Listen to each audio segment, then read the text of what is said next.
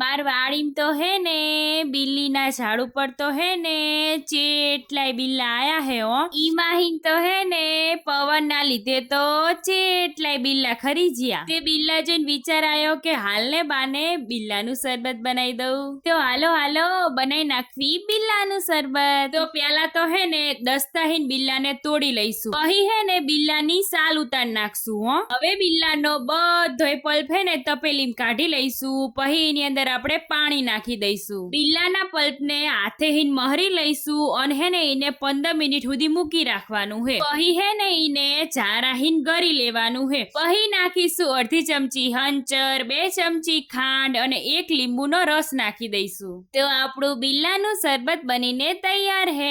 અત્યારે તો હે ને ઉનાળામાં બહુ જ સારું હો, બહુ ઠંડક આલે.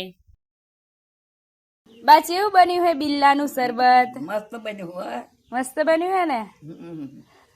વિડીયો ગમે હોય તો એક લાઈક જરૂર કરજો. આઈડી નવા આયા હોય તો ફોલો કરતા જજો. આવજો.